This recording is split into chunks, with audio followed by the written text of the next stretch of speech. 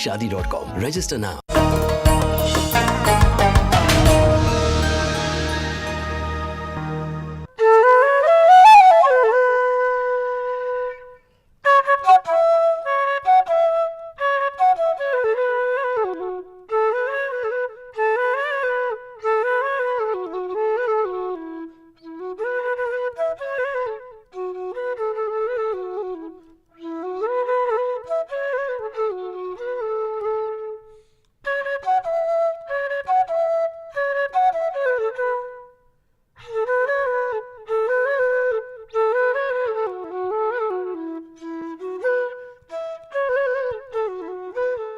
नाजरीन आदाब, कुछ लम्हे फुर्सत के लेकर एक बार फिर हाजिर हूँ मैं आपकी दोस्त खुशबू।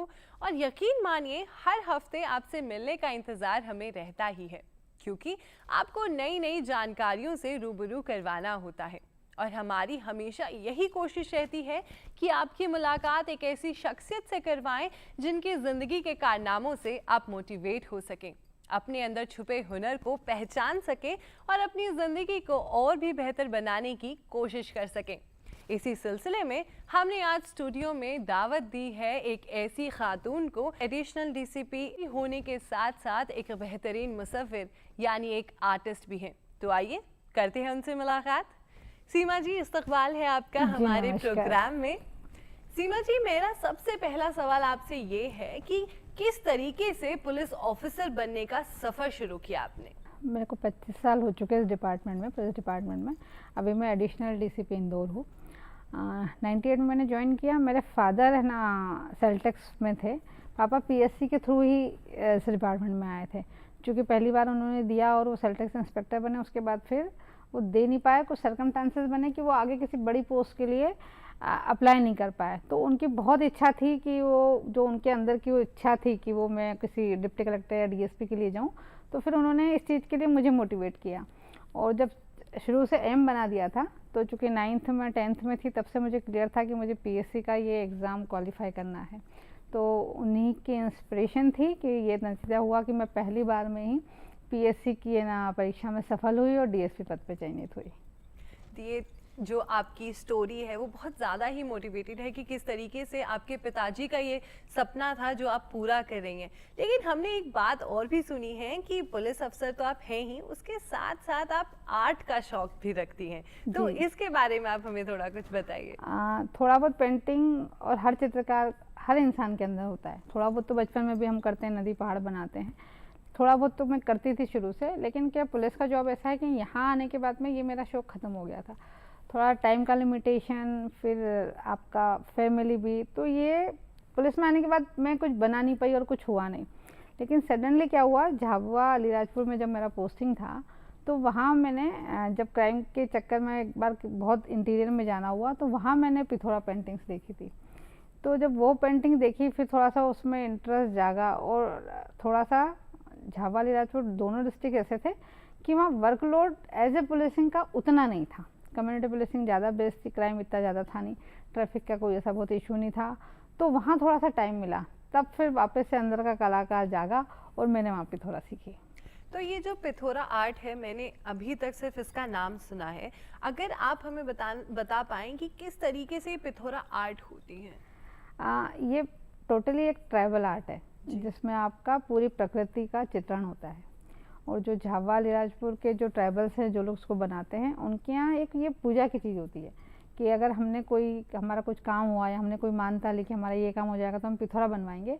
तो एक बड़ी वॉल पे फिर वो 3 दिन का उनका इवेंट चलता है और वो पिथौरा बनवाते हैं, जिसमें वो पूजा पाठ करते हैं, अपने बुजुर्ग लोगों का आह्वान करते हैं, पूरे गाँव का खाना पीना होता है, बैंड बाजे तक लाए जाते हैं उसमें, और एक इवेंट जैसा वो पिथौरा बाबा का उत्सव मनाते हैं। अब वो उत्सव मना के फिर जब वॉल पे जब हो जाता है तो 2-3-4 साल तक चलता ही है वो, फिर अगली कोई मानता आ जाएगी, फिर अगली बार कुछ करेंगे। तो जब वहाँ देखा तो मुझे लगा कि ये इसको इंट्रोड्यूस होना चाहिए, कि जैसे मैं ही नहीं जानती थी, जबकि मैं पिछले 2 साल से काम कर रही थी झाबुआ में, कुछ लोगों से बात करी उनको भी पता नहीं था। तो लगा कि इसको थोड़ा सा प्रोत्साहित करना चाहिए, इसको थोड़ा सीखना चाहिए। फिर हमने कुछ कलाकार इनके पकड़े जो पुराने लोग जो बनाते थे। उनके साथ समस्या ये थी कि वो अगर हमें सिखाने आ जाएं तो उनकी है ना दिन भर की मजदूरी चली जाए, और पिथौरा में इतना कुछ मिलता था नहीं उन्हें। फिर हमने उनके साथ थोड़ा सा बातचीत करी, फिर अल्टीमेट कैसे बनते हैं, उसमें क्या चित्र बनते हैं। जनरली उसमें उनके पिथौरा बाबा बनते हैं, काजल देवी बनती है, क्योंकि ट्राइबल्स प्रकृति की पूजा करते हैं। तो जो पिथौरा जो पेंटिंग्स बनती है उसमें पूरी प्रकृति बनती है। सूरज बनता है, चांद बनेगा, उनकी बैलगाड़ी बनेगी, उनके ताड़ी के पेड़ बनेंगे, उनके जानवर बनेंगे। जो चीज़ें वो यूज़ करते हैं अपने दैनिक जीवन में, सारी चीज़ें पिथौरा पेंटिंग में बनती है। तो जैसे आपने बताया कि पिथौरा पेंटिंग में नेचुरल चीज़ों का जो चीज़ें हैं उनको डिपिक्ट किया जाता है, तो इनमें किस तरह रंगों को, किस तरह के जो रंग होते हैं उनका इस्तेमाल किया जाता है? अब तो थोड़ा सा मॉडर्न ज़माना आ गया है, तो थोड़ा एक्रेलिक वो लोग यूज़ कर लेते हैं। लेकिन जो उनके जो पुराने आर्टिस्ट थे जिनसे मैंने बात की थी, खड़िया आपका, गेरू हुआ, फिर वो आपके पलाश के जो फूल होते हैं उनसे जो कलर बनते हैं, नेचुरल कलर्स वो लोग खुद ही बनाते थे और उसी से फिर वो यूज़ करते थे। 4 या 5 कलर बनते थे। अब हमने है ना उनसे एक आधा सूखा ज़रूर, पर वो कलर बनाना हमारे लिए बड़ा टिपिकल काम था। और चूँकि हम पुराने आर्टिस्ट थे तो हम फिर अपना एक्रेलिक यूज़ करने लगे, और मैं जितनी भी पिथौरा पेंटिंग बनाती हूँ एक्रेलिक कलर पे बनाती हूँ। तो इसमें ये देखा जा सकता है कि यहाँ पर नई नई चीज़ों का इस्तेमाल करके इस पिथौरा आर्ट को आगे बढ़ाया जा रहा है। तो जैसे हमने ये देखा कि ये बहुत रूरल इलाके का जो पेंटिंग है, पर इसमें आपको क्या लगता है कि जो अर्बन जो हमारे लोग हैं वो उन तक ये पेंटिंग कैसे पहुंचाई जा सकती है और किस तरीके से इसे आगे बढ़ाया जा सकता है? अभी तो मैं उसको झावा से बाहर ही निकाल नहीं पाई, क्योंकि झावा अलीराजपुर के जैसे जो वहाँ के जैसे हमारे एसपी सर थे, कलेक्टर साहब थे, हमारे जो अधिकारी थे, हम ही लोग नहीं जानते थे। वो तो किस्मत से ऐसा हुआ, जाना हो गया, अंदर का आर्टिस्ट जिंदा हो गया तो हमने बना ली। फिर अल्टीमेट बना के मैंने वहाँ सारे ऑफिस में लगाई, मैंने अलीराजपुर के ऑफिस में लगाई, कंट्रोल रूम में बना के लगाई, कि कम से कम जो आए उसको कम से कम हम लोग तो जाने। क्योंकि बाहर के लोग आते हैं, 1-2 दिन है ना, 2 साल नौकरी करते हैं और चले जाते हैं, उनको वहाँ का कल्चर ही नहीं पता। तो ये थोड़ी सी कोशिश करी। उसके बाद मैं है ना, जैसे अभी मेरा खंडवा पोस्टिंग था इंदौर से पहले, तो खंडवा में मैंने 142 स्क्वायर फीट में एक पिथौरा बनाया था। उसको बनाने के पीछे पर्पस सिर्फ यही था कि खंडवा के लोग जानेंगे कि पिथौरा क्या है।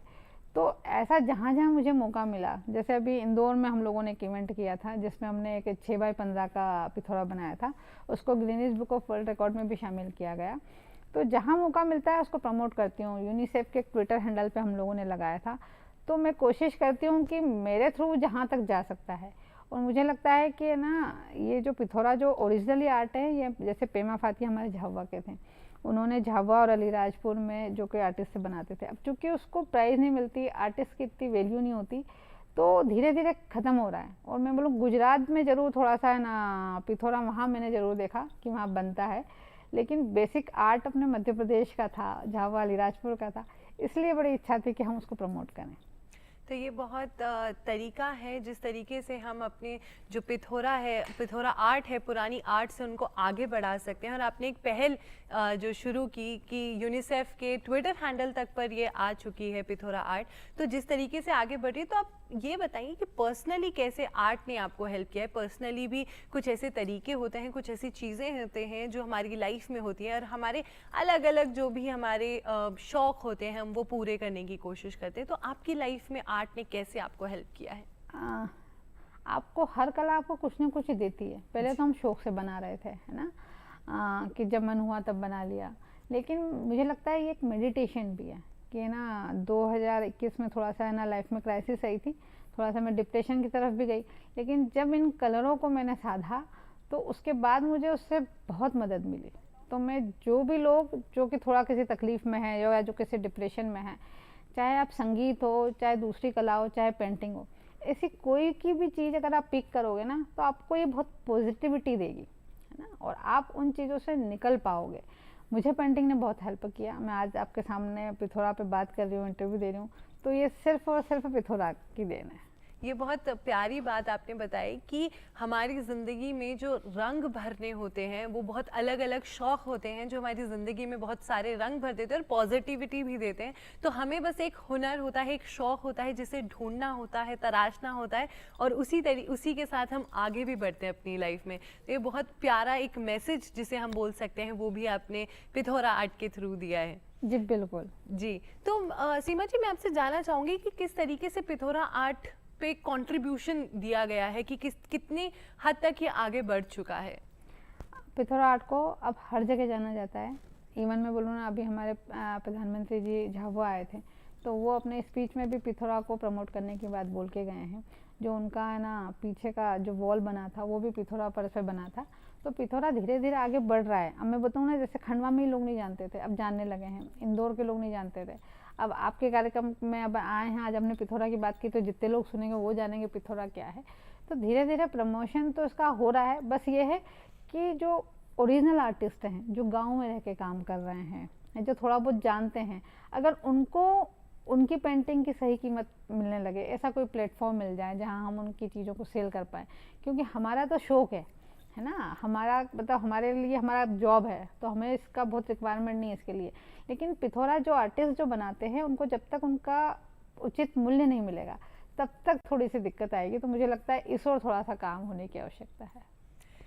ये एक छोटी सी एक पहल है जहाँ से एक शुरुआत होती है और धीरे धीरे एक मंजिल तक पहुँचा जा सकता है। तो आपने एक शुरुआत कर दी है और धीरे धीरे हमारी जो नाजरीन हमें देख रही है, हमें सुन रही है, उनमें से भी बहुत सारे जो कलाकार हैं, जो आगे लोग हैं, जो इस आर्ट के लिए, इस आर्ट को जानेंगे, उस आर्ट में आगे बढ़ेंगे और पिथौरा को धीरे धीरे आगे बढ़ाएंगे। और हमने सीमा जी ये भी सुना है कि आपको नेशनल अवार्ड से भी नवाजा गया है, तो अगर आप उसके बारे में कुछ बताएं। हाँ, ये जनगण श्याम नाम का एक सम्मान मुझे अभी 2022 का दिया मध्य प्रदेश सरकार ने।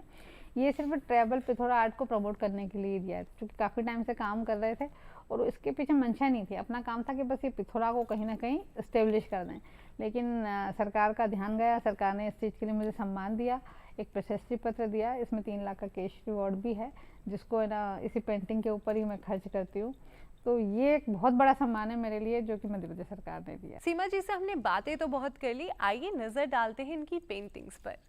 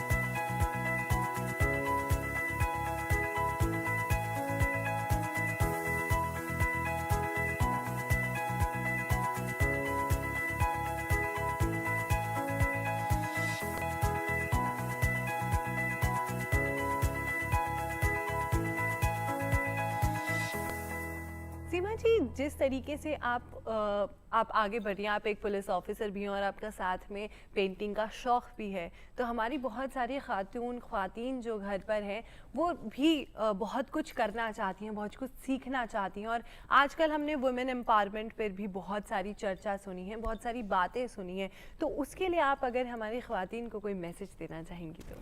जी बिल्कुल, पहला मैसेज तो मेरा ये है सभी महिलाओं को कि जो भी कुछ करें, चाहे वो कुकिंग हो, चाहे बेकिंग हो, चाहे कोई बागवानी का शौक़ रखती हो, अपने अंदर कोई ना कोई एक शौक़ हमेशा रखें कि हम इस काम में हमारी एक्सपर्टीज़ है। आप जैसे मुझे पेंटिंग का था, तो मुझे में कोई ये एक दिन में नहीं आ गई, मुझको इसमें 10 साल हो गए काम करते करते। मैं मतलब मेरा जब झाबुआ पोस्टिंग हुआ था 2014 में, तब से मैं कंटिन्यूस बना रही। 10 साल पे आज इस स्टेज पे आ पाई हूँ कि मैं पिथौरा के कोई बात करूँ। तो आपका कोई भी कला होती है, एक तो समय मांगती है, आप रातों रात कोई भी चीज़ सीख नहीं सकते हो। फिनिशिंग आएगी आपके काम में, ये करते करते आएगा, प्रैक्टिस से आएगा। तो एक तो मुझे लगता है कि वो सबको करना चाहिए। दूसरा, हमारे अंदर कोई शौक़ होगा तो ये हमारे जीवन में जो कभी कभी कुछ नेगेटिव चीज़ें आ जाती है, कभी हमारे किसी से विवाद हो गया, हर सबके जीवन में होता है। तो ऐसे समय आपको हील करने का आपका काम भी ये करेगा। तो कोई भी शौक़ हो, चाहे पेंटिंग हो, और कोई छोटा बड़ा कुछ नहीं होता। आप अगर मैं बोल रहा छोटा सा एक रुमाल भी काटती हैं तो मुझे लगता है वो भी बहुत बड़ी बात होती है, क्योंकि वो आपके हाथ का होता है। और महिलाओं को अपना है ना कोई एक हुनर मुझे लगता है कि सबको पकड़ के रखना चाहिए। तो सभी महिलाओं से बस मेरा इतना कहना है कि अपने अंदर शौक़ को ज़िंदा रखें, क्योंकि ये आपको ज़िंदा रखेगा। ये बहुत बहुत प्यारी बात कही है आपने कि वक्त कि सबके पास नहीं होता है। हर कोई व्यक्ति अपनी जो ज़िंदगी है, अपनी जो लाइफ है, उसमें बहुत बिजी हो चुके हैं। फिर भी अपने उस हुनर के लिए, अपने उस शौक़ के लिए समय निकालना चाहिए ताकि आप अपनी ज़िंदगी में और भी आगे बढ़ सकें। आप जैसे आप पुलिस ऑफिसर भी हैं और उस अपनी जो टाइम है उसमें भी आप अपनी आर्ट के लिए वक्त निकालती हैं, तो इससे ज़्यादा इंस्पिरेशन की बात और क्या हो सकती है किसी भी इंसान के लिए। बिल्कुल, क्योंकि जब मुझे शौक है तो मैं इसके लिए कैसे भी करके टाइम निकालती हूँ। हो सकता है बहुत बिजी शेड्यूल हो जाता है, कभी कभी 2-2 10-10 दिन तक कभी होता है। जैसे इलेक्शन के टाइम में हमारा बिजी होता है तब बिल्कुल टाइम नहीं मिलता, कहीं आप बाहर ड्यूटी के लिए चले गए तो टाइम नहीं मिलेगा। लेकिन जब भी हमें टाइम मिलेगा, थोड़ा बहुत भी टाइम मिलेगा, मैं अपना इस पेंटिंग को देती हूँ। तो मुझे लगता है कि हर महिला को अब थोड़ा सा क्या है, थोड़ा हम लोग किटी पार्टी है, क्लब्स हैं, आजकल बहुत सारी चीज़ें हो गई है ना। तो जो आपको ये बहुत शॉर्ट टर्म की चीज़ें होती हैं, लेकिन जो आप ये क्रिएटिव कोई काम करोगे ना, ये आपको अंदर से आपको सुकून देगा। और मैं बोलूँ ना, इसकी जो रौनक है वो आपके फेस पे दिखाई देगी, उसके लिए किसी फेशियल की ज़रूरत नहीं पड़ेगी, है ना। तो मुझे लगता है सब महिलाओं को कुछ न कुछ इस टाइप की चीज़ जरूर करनी चाहिए। जी बिल्कुल, चाहे वो पार्टी हो चाहे क्लबिंग हो, वो तो एक बाहरी टेम्परेरी चीज़ है, बिल्कुल, है ना। ये चीज़ परमानेंट है ना। जो आपकी आइडेंटिटी बनाएगी आपकी सोसाइटी में, चाहे आप परिवार में बने। चलो मैं बोलूँ बहुत बड़े लेवल पे हम काम नहीं करते, अब मैं थोड़ा करने लगी तो लोग जानने लगे। 10 साल हो गए करते करते, लेकिन हो सकता अब मुझे 4 लोग जानने लगे। हो सकता है आपको, लेकिन आपके परिवार के लोग ही जानेंगे कि हमारी ये बहू, हमारी ये बेटी ये वाला काम बहुत अच्छा करती है। मेरे लिए ये भी बहुत बड़ी उपलब्धि है। जी, ये बहुत बहुत प्यारी बात कही आपने कि हमें अपनी शौक़ के लिए वक्त निकालना है, बाहरी चीज़ें जो टेम्परेरी चीज़ें हैं उनके सहारे नहीं जीना है। तो आपका बहुत बहुत शुक्रिया सीमा जी, आपने अपने बिजी शेड्यूल में हमारे लिए वक्त निकाला, हमारी नाजरीन को पिथौरा आर्ट के बारे में बताया और किस तरीके से हमें अपनी ज़िंदगी में आगे बढ़ते रहने, अपने शौक़ को पूरे करना है, क्योंकि हर चीज़ के लिए हमें वक्त निकालना पड़ेगा। तो उसके लिए आपका बहुत बहुत शुक्रिया सीमा जी।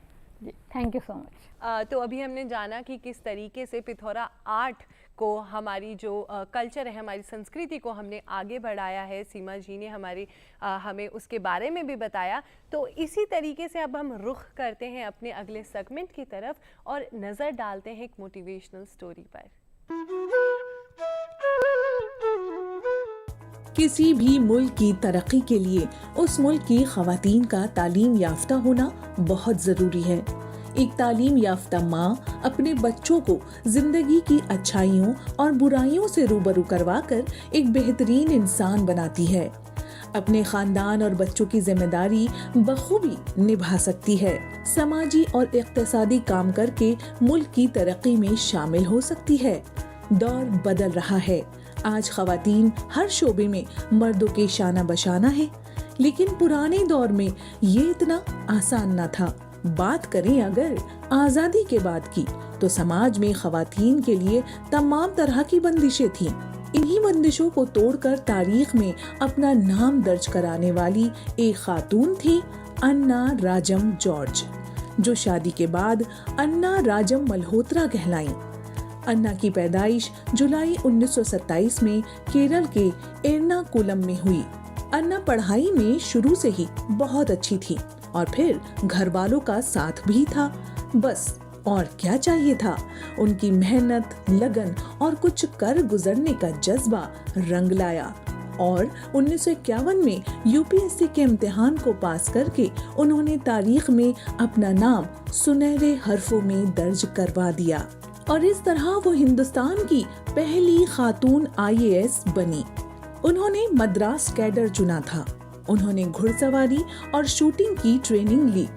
मुश्किल से मुश्किल सूरत हाल में भी उन्होंने अपनी काबिलियत को साबित किया और अपने करियर में कई अहम फैसले लिए।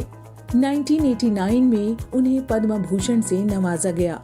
रिटायरमेंट के बाद भी वो खाली नहीं बैठी और उन्होंने मशहूर होटल लीला वेंचर लिमिटेड के डायरेक्टर के ओहदे पर काम किया। 17 सितंबर साल 2018 को वो इस दुनिया से रुखसत हो गईं। आज वो हमारे बीच नहीं है, लेकिन बेटियों के लिए कुछ अलग करने और निडर होकर जीने की एक मिसाल कायम कर गई हैं। मोटिवेशनल स्टोरी तो हमने सुन ही ली है, तो रुख करते हैं अपने अगले सेगमेंट की तरफ और चलते हैं नेहा जी के किचन में और उनसे जानते हैं हेल्दी और टेस्टी स्नैक्स बनाने के कुछ टिप्स। गोल्डी मीट मटन मसाले, जो आपके हाथ का मटन खाए जिंदगी भर आपका हो जाए। जहाँ जाए रिश्ते बनाए गोल्डी मसाले। तो एक बार फिर मैं आ चुकी हूँ नेहा जी के पास और आज मैं इनसे स्ट्रिक्टली ये जानना चाहती हूँ कि किस तरीके से एक चीज़ हेल्दी भी हो सकती है, एक नया ट्विस्ट भी हो सकता है और टेस्टी हो सकती है। तो नेहा जी, आज आपकी लिस्ट में हमारे लिए क्या है? आज हम बनाएंगे कुछ साबूदाना की टिक्की तो हम हमेशा खाते हैं आलू की, बट आज हम बड़ी हेल्दी सी, बहुत आसान सी साबूदाना की टिक्की बनाएंगे। पर्सनली मुझे तो साबूदाना इतना पसंद नहीं है, लेकिन मुझे आपकी स्किल्स पे पूरा भरोसा है। तो चलिए स्टार्ट करते हैं साबूदाने की टिक्की के लिए। Yes, let's start.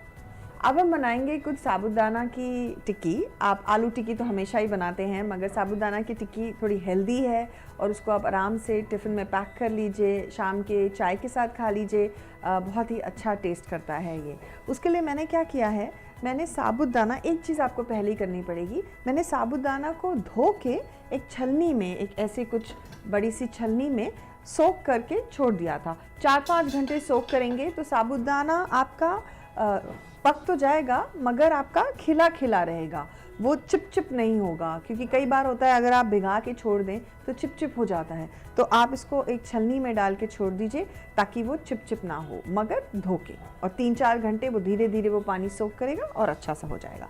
तो पहली चीज़ ऑफ कोर्स ये सबसे इम्पॉर्टेंट है जो हमें चाहिए, कुछ आलू जो हम ग्रेट करेंगे, मैश नहीं करेंगे, ग्रेट करेंगे, तो कसेंगे इसे, ये हमको और चाहिए। उसके अलावा अगर आपको प्याज अच्छी लगती है तो छोटी बारीक कटी हुई प्याज, धनिया ऑफ कोर्स जो हर चीज़ को बहुत टेस्टी बना देता है, कुछ मिर्च अगर आपको इसको थोड़ा स्पाइसी बनाना है, बच्चों के लिए बनाना है तो आप स्पाइसी नहीं डाल सकते, ज़रूरी नहीं है। और फाइनली अगर आपका आलू ऐसा नया आलू हो जो चिपके और ना जोड़ पाए एक साथ, तब आप थोड़ा कॉर्नफ्लावर यूज़ कर सकते हैं। तो ये ऑप्शनल है, वो आलू पे डिपेंड करता है कैसा आपका आलू है। तो चलिए शुरू करते हैं। इसके लिए अपने हाथ धो लीजिए क्योंकि ये आप अपने हाथ से ही बनाएंगे। तो ये पहले मैं ग्रेटेड आलू ले रही हूँ अपने, इसमें मैं अपना भीगी हुई साबूदाना ले रही हूँ, मिर्च और प्याज आपकी मर्ज़ी जितना आपको डालना है, धनिया, और फिर हम मसाले डालेंगे। तो सबसे पहले नमक, हल्का सा हम डाल देते हैं गरम मसाला, धनिया पाउडर, लाल मिर्च और आपका अमचूर। बस अब इसको आप पहले तो हाथ से मिक्स कर लीजिए। आलू आपका बाइंड कर लेगा।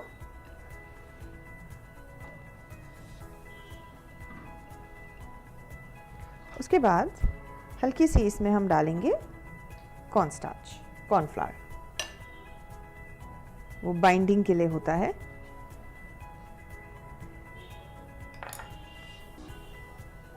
ऐसी टिक्कियाँ आप बना के भी रख सकते हैं, ये भी टिफ़िन में बहुत अच्छा एक ऑप्शन है क्योंकि आप इसे बना के फ्रीज़ कर सकते हैं। और मेरे को लगता है छोटी छोटी टिक्की बनाएंगे तो और अच्छा लगता है, बड़ी बड़ी टिक्की बनाने की ज़रूरत नहीं है। इन्हें आप गोल गोल ऐसे छोटे कर लीजिए और हल्के हाथों से आप इन्हें फ्लैट कर दीजिए, हल्के हाथों से ऐसे फ्लैट कर दीजिए और रखते जाइए। तो ऐसे हम हल्के हाथों से पहले इन्हें गोल कर लेते हैं, बहुत हल्के हाथों से, फिर इन्हें हल्के हाथों से आप फ्लैट कर दीजिए। बस कोशिश करिए धनिया आपका अंदर रहे, नहीं तो फ्राइंग के टाइम ये निकलेगा। ऐसे आप बना लीजिए। थोड़ी देर रेफ्रिजरेटर में रख लीजिए, फ्रिज में रख दीजिए 10-15 मिनट, और फिर आप इनको आराम से एयर फ्राई या शैलो फ्राई आप कर सकते हैं।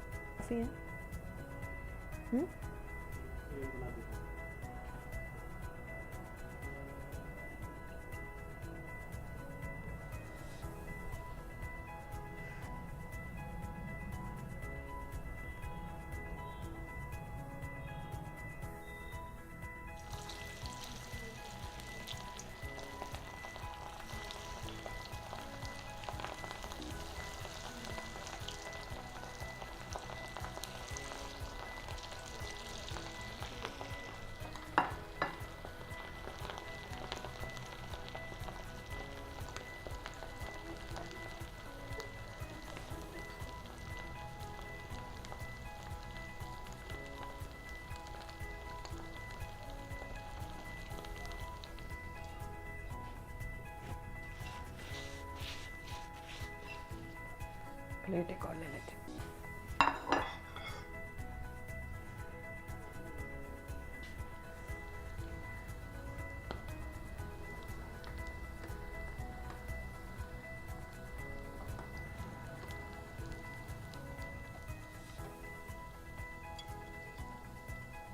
ये देखिए एकदम नाइस एंड क्रिस्प आपकी टिक्की तैयार।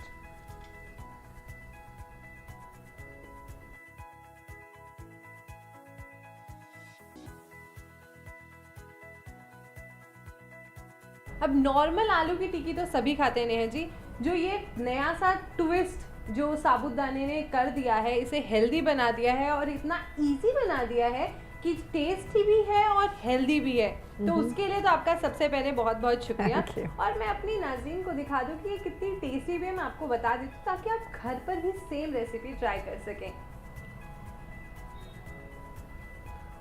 ये जितनी प्यारी दिख रही है उतनी ही टेस्टी भी है। तो नाज़रीन, कैसा लगा आपको हमारा आज का शुमारा? उम्मीद करती हूँ बेहद पसंद आया होगा और आप इससे फैज़याब भी हुए होंगे। आप हमारा ये प्रोग्राम डीडी उर्दू के यूट्यूब चैनल पर भी देख सकते हैं और कमेंट सेक्शन पर जाकर हमें अपनी राय ज़रूर भेजें।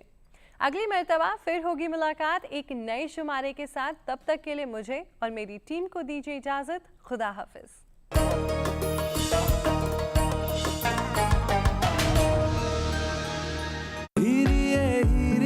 वाह मिस नौटंकी, कोई मिला नहीं और संगीत प्रैक्टिस शुरू। मिसेस नौटंकी डैड, आप बस करो।